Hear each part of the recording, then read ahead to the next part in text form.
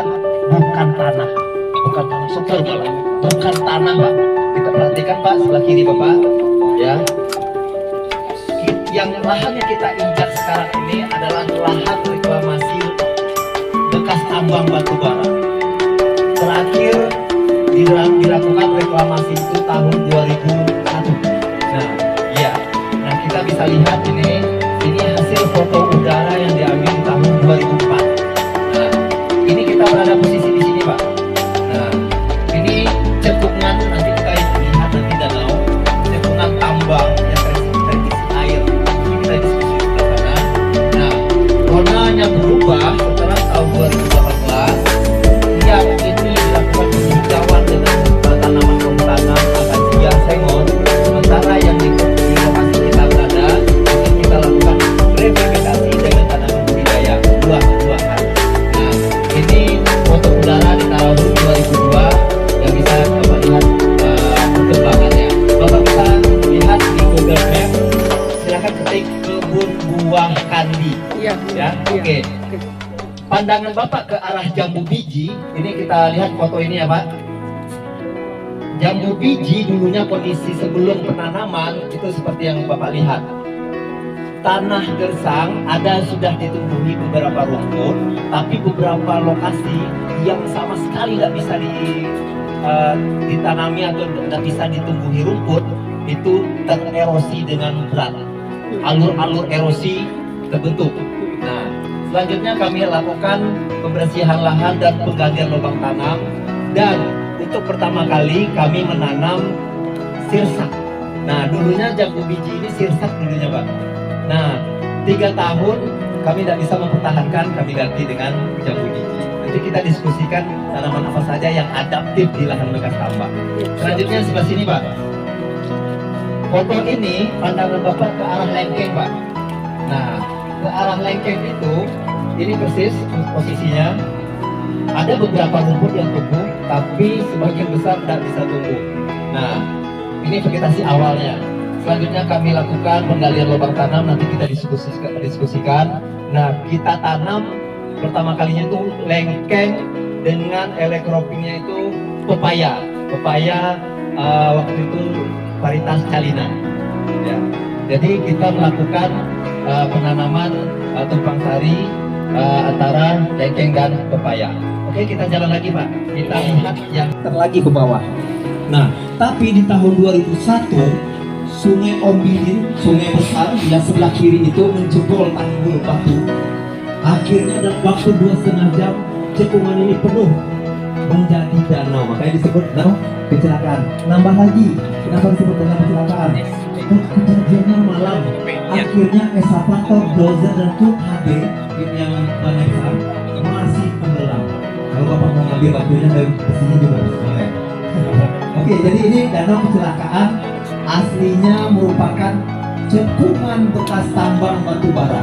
Jadi kita di kebun buah bisa melihat hasil dari lahan bekas tambang. Ada lowland, ada upland, dan dataran tinggi. Dataran tingginya seperti apa ya? Seperti injek sekarang. Dan itu berteras-teras. Di bawah ini teras lempeng, di bawah lagi ada teras diri balik.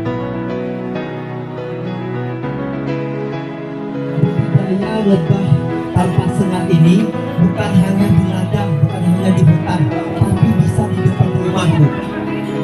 Kalau di depan rumah dan di depan kantor kita budidayakan, harus estetik, harus indah. Nah, kami ingin tunjukkan ternyata di depan rumah, di depan kantor, koloninya galo-galo ini bisa bervariasi bentuknya. Bisa berbentuk jam gadang Bukit Tinggi, bisa dalam berbentuk rumah gadang Minangkabau, bisa berbentuk kubah masjid, apapun Bapak Ibu bisa berkarya. Tapi intinya apa? Budidaya di depan rumah aman dan terjamin keasliannya. Oke, kita buktikan pemanenan lebah manggut. Yang kedua, bipolen. Bipolen ini adalah serbuk sari bunga. Nah, yang ketiga, propolis. Nah, pernah ibu yang melihat, pernah mendengar harganya 125. Propolis itu asalnya dari getah tanaman. Boleh nanti tanya-tanya lagi ke sini lagi Pak. Yang dikumpulkan oleh tanaman oleh lebah menjadi sarangnya. Nah, itu siapa? sarang lebak itulah yang propolis yang nantinya menjadi propolis ekstra cairnya. Shampoo yang dapur. Iya, yang di 10 ini itu 200.000. Yang besar ada saya tanya Sebenarnya dari sarangnya, Pak. Iya. Nah, di sini kita 3 produk utama ini kita sudah buat produk turunan. Madu, selain madu asli kita bikin sampo.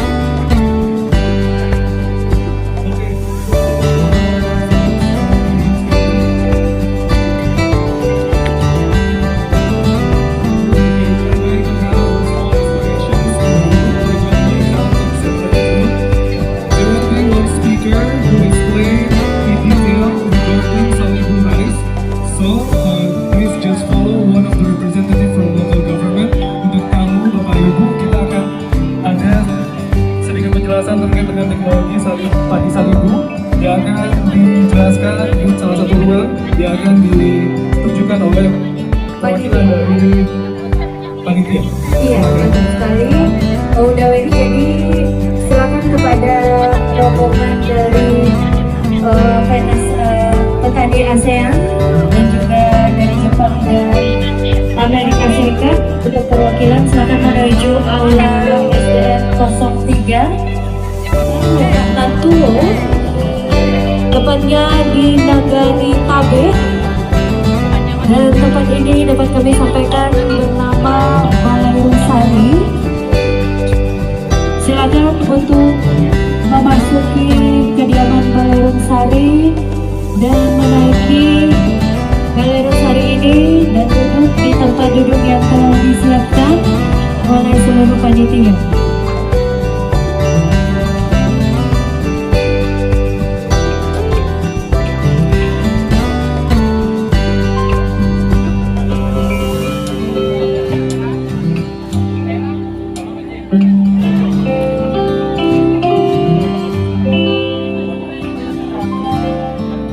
Ayo selfie dari situ. Selfie. Surina, rasa di kanal baju kawan.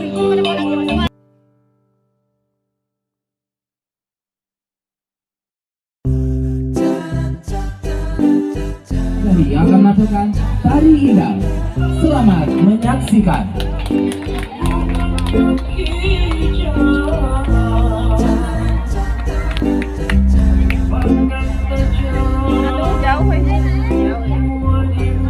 Oke, kita berarah melihat ke pentas ya.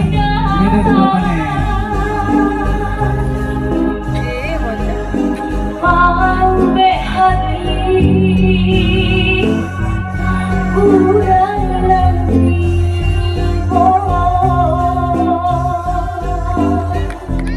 Ampun cuma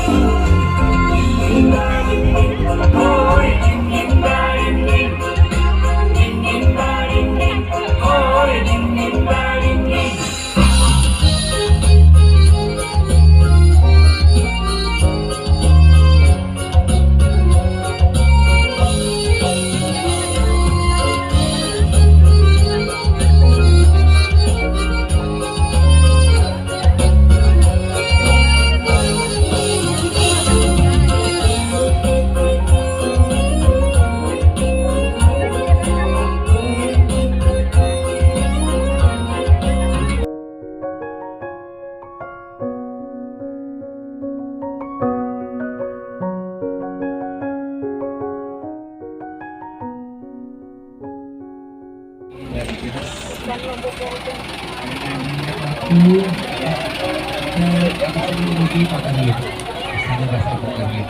Bu, diam. Salim, kurang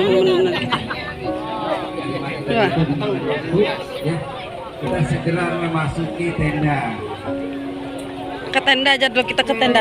Ke tenda dulu karena baliknya baru foto. Ya. Tenda dulu.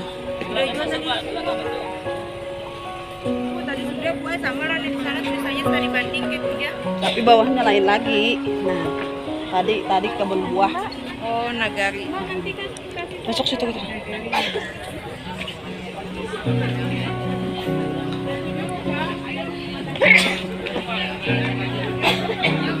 Darin, sini aja. Ya, Wah, sekali ada lagi kepada tamu kami di Nagari Tabe. Kalau di luar Sumatera Barat desa Tabe. Ya. Kelurahan Tabe. Ya, kalau di Kota Madia kita kenal dengan kelurahan. Kalau kabupaten di luar Sumatera Barat kita kenal dengan desa. Ya, kalau di dalam Sumatera Barat nagari atau negeri ya bahasa Indonesia ya. Nagari itu adalah setingkat pemerintahan terendah. Ya, seperti kelurahan, desa dan nama-nama lain seperti di Aceh. Kemudian di Ibu. Ya, kalau mungkin kalau di Jawa ke daerah lain ada yang menyebutkan Ruton ya. Tapi ini berbeda. Ratun, maaf, Ratun. Ada yang punya Ratun ya, tapi ini berbeda. Kenapa? Karena kalau salibu itu pemotongannya sudah panen itu pendek Bapak Ibu, kurang lebih 3 cm dari atas tanah, sehingga tunas yang tumbuh itu tidak di atas, tetapi dari bawah, sehingga punya akar sendiri yang tumbuh di dalam tanah. Tunas baru. Sudah mudah kebang. Mungkin saya tidak berpanjang banyak gitu ya. Jadi padi salibu ini adalah salah satu upaya kita untuk meningkatkan indeks tanaman. Ya, jadi yang semula 1 atau 2 kali bisa jadi 3 kali. Kenapa seperti itu? Karena setelah ditanam, kita tidak lakukan panen habis, tapi kita hanya memotong, nanti ditutup lagi, dipelihara lagi, sehingga kita tidak memerlukan benih Olah dan tanah, olahan lahan, kita nanam. hemat tenaga kerja, tapi pemupukan harus. Syaratnya apa Bapak Ibu? Syaratnya lahannya harus beriringan. Kalau tidak, itu tidak bisa kita lanjutkan ya. Kelelep ya, kalau pasang surut kelelep. Padi Pasang surut itu kan pasang besar sekali.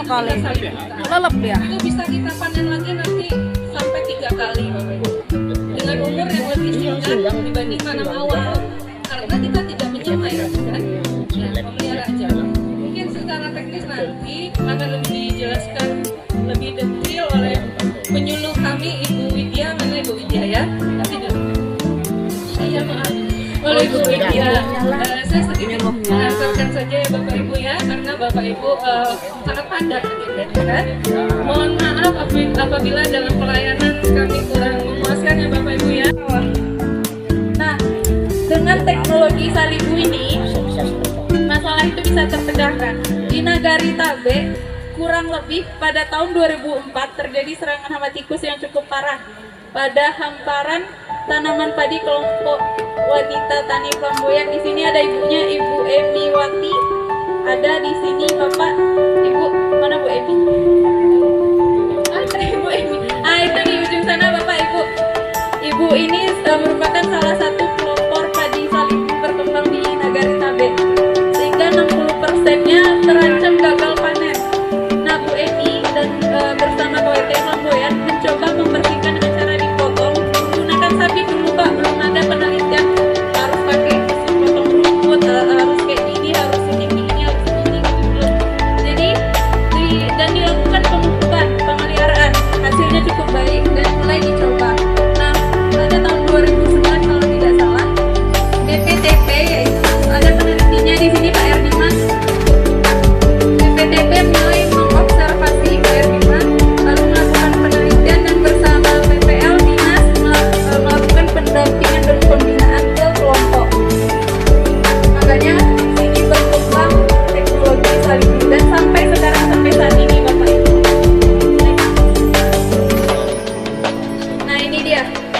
ratun, padi salibu. Kalau ratun atau singgang, suryang ini tidak dipotong lagi, tidak dipotong. Sedangkan padi salibu dilakukan pemotongan ulang.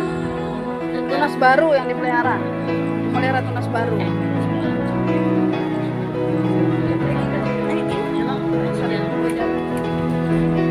Namun bajunya pas, apa selesai. Kalau bajunya berandam, tinggal lari. Nanti ada materinya sama bajunya.